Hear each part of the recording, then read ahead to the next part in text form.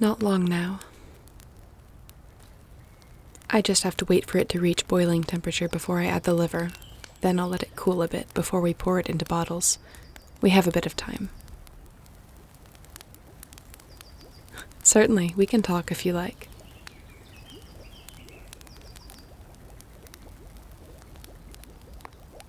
What do I miss the most about Saphira? I miss the festivals. The city is always vibrant, but on days of celebration, the very air thrums with the heartbeat of her people. Have you ever celebrated a festival in the city? No. Oh, I do hope we can remedy that for you soon. My favorites? Let's see. The solstice festivals are always a wonderful time, filled with magic and mystery, a celebration of the cosmos, filled with dancing and song and the bounty of the season. In summer, flowers decorate every window, tables are laden with fruit, and there's mead to share. In the winter, there are hot stews and mulled wine to tantalize the masses. Mages from the Academy create beautiful ice sculptures during the day, and later summon a glittering snowfall over the town square during the midnight dance. Oh, it's boiling. Time to add the liver.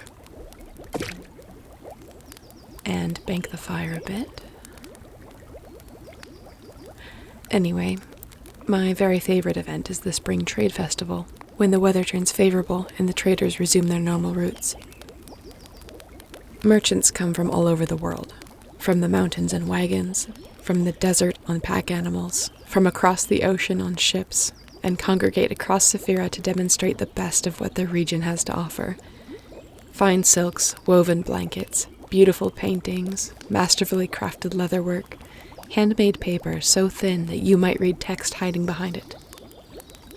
Talented cooks from all around prepare ingredients from their homelands into delicious meals to showcase their unique dishes. Wine, beer, and distilled alcohol is generously sampled and enjoyed. Noble houses come to purchase items for their estates, and the local taverns and business owners in Saphira place orders to be delivered throughout the summer. The Academy purchases stock for their kitchens as well as their classrooms. In the evenings, there's entertainment on offer from each region.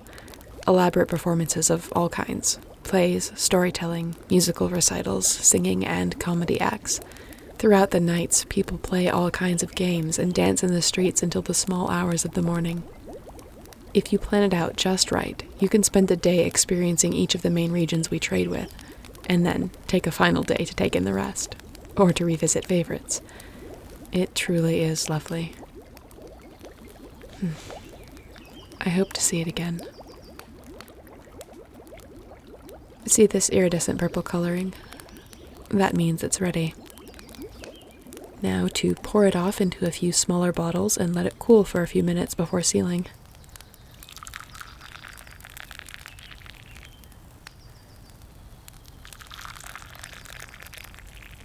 Yes, I made extra, just in case. Yes? I feel anxious.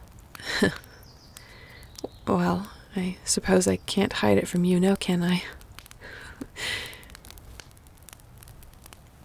Do I expect something to happen? No, not if things go well. But I can't guarantee they will. I'm not worried about getting into the palace. I'm not worried about breaking Bertram's hold on Edmund. I'm not even worried about reversing the blood magic. I am worried about this potion. On the off chance I was wrong and this isn't the correct mixture, or if this liver has lost its potency over the years, I won't turn Madeline into my test subject.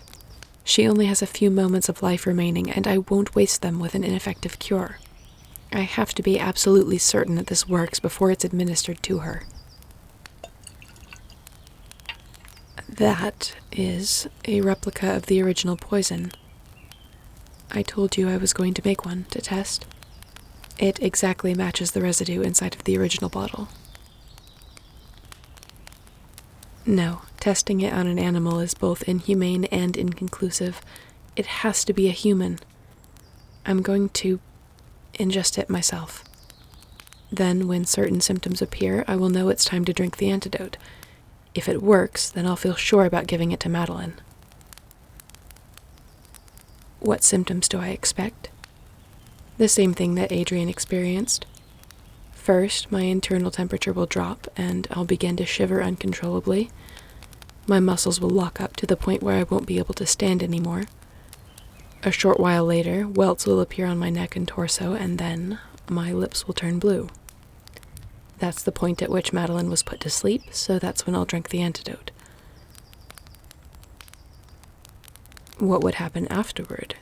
You mean, if the potion doesn't work? Next, I would be unable to breathe. My vision would go dark.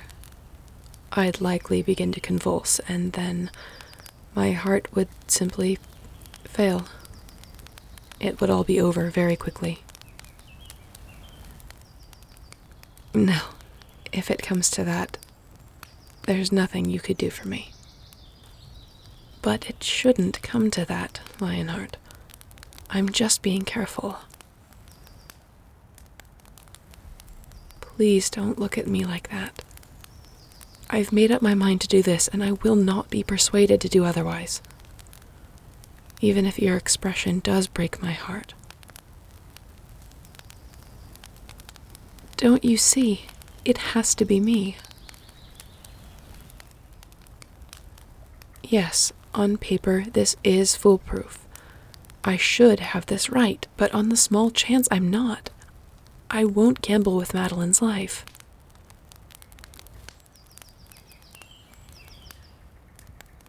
If I'm dead, who will keep working on a cure? I've already thought of that.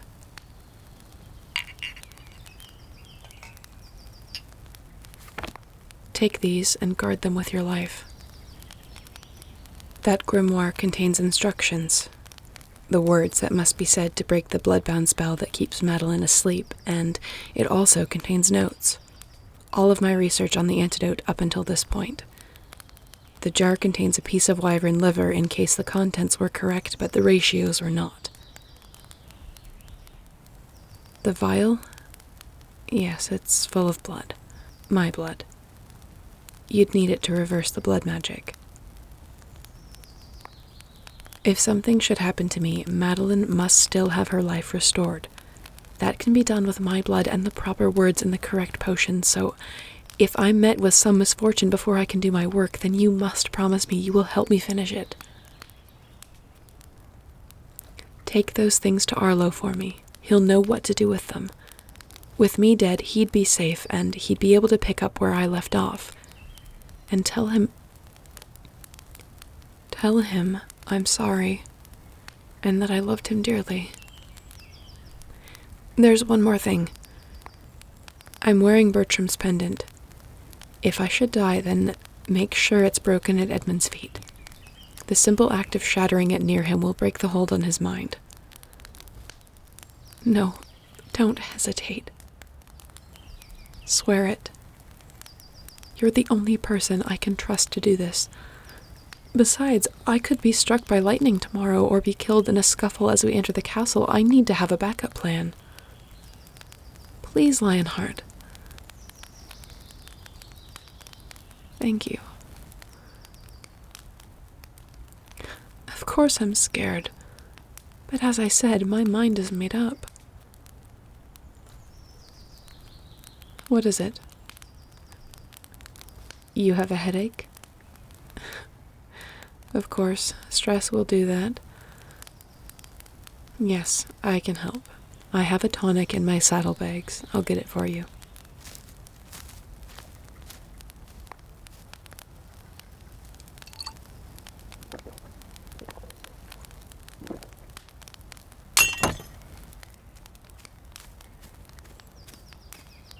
Are you all right? I heard glass breaking. The poison. Lionheart, what have you done? Oh no, no, no, no. Why would you drink it? Stop, that was a rhetorical question. I need to keep a close eye on you. And if... When I'm sure you're out of the woods, I'm going to give you a lecture you will not soon forget. Of course you're cold. Sit.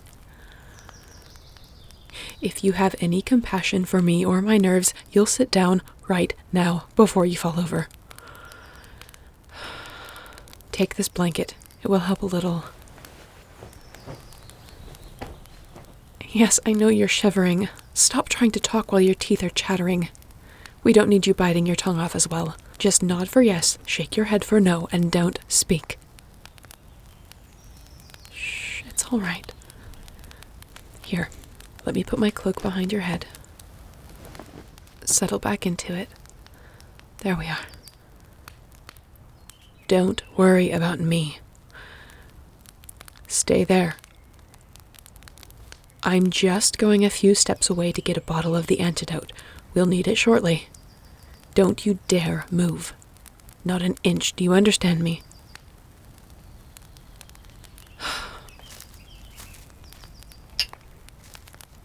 There.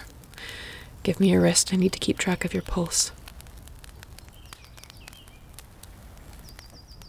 It's so fast. Listen to me carefully. If your lungs begin to feel tight, I need you to tell me immediately, all right? I'm moving the blanket a little so I can see your neck. I need to watch for the rash. I know it hurts. It feels like shards of ice in your veins, does it not? I'm so sorry, Lionheart. Oh, why did you do that?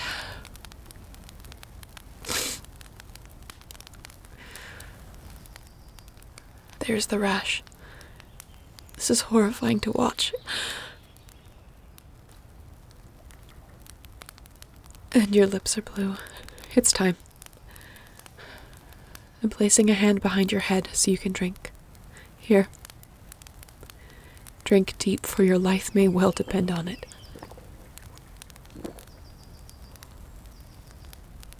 There. Now settle back. You should start feeling better soon. Your vision is going dark. Lionheart, look at me. I'm right here. Shh. Let me see your eyes. No, keep them open. Please? No, no, no. Please, work. You have to work.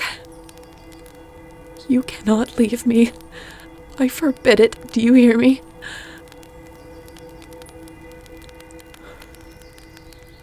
Lionheart, can you hear me?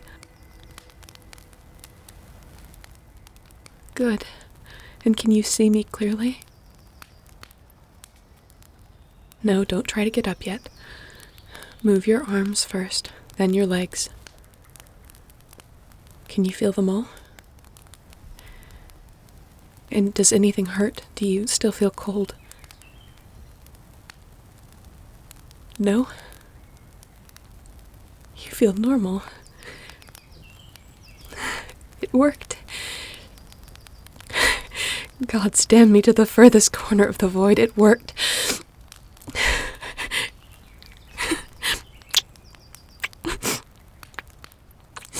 Why would you do something like that?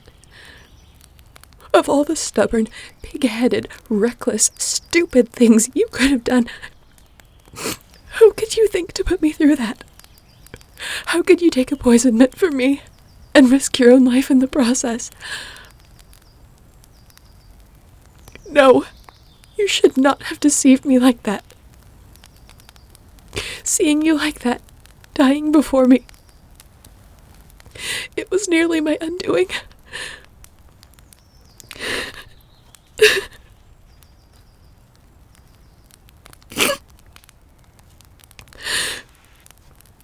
I know you can feel it. My terror. I'm so sorry. I didn't intend to make it worse for you. What? No.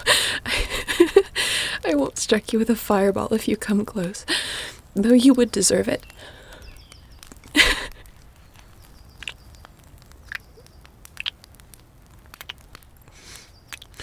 Make no mistake, I shall never forgive you for this. But it worked.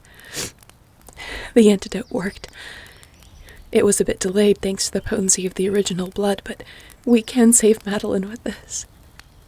We can fix all of this. But why, Lionheart? Why did you do that?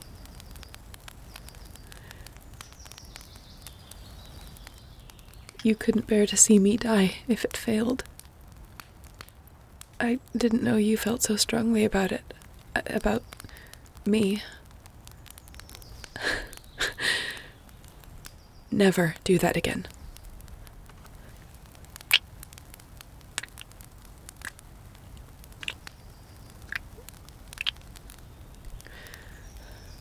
What now? Now we go to Saphira. We'll need to devise a way to get into the palace. But for now, I'd like to rest. I've had quite enough excitement for the time being.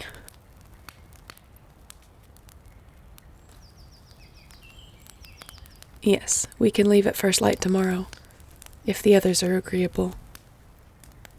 It won't take us long to get to Saphira, 2 or 3 days perhaps.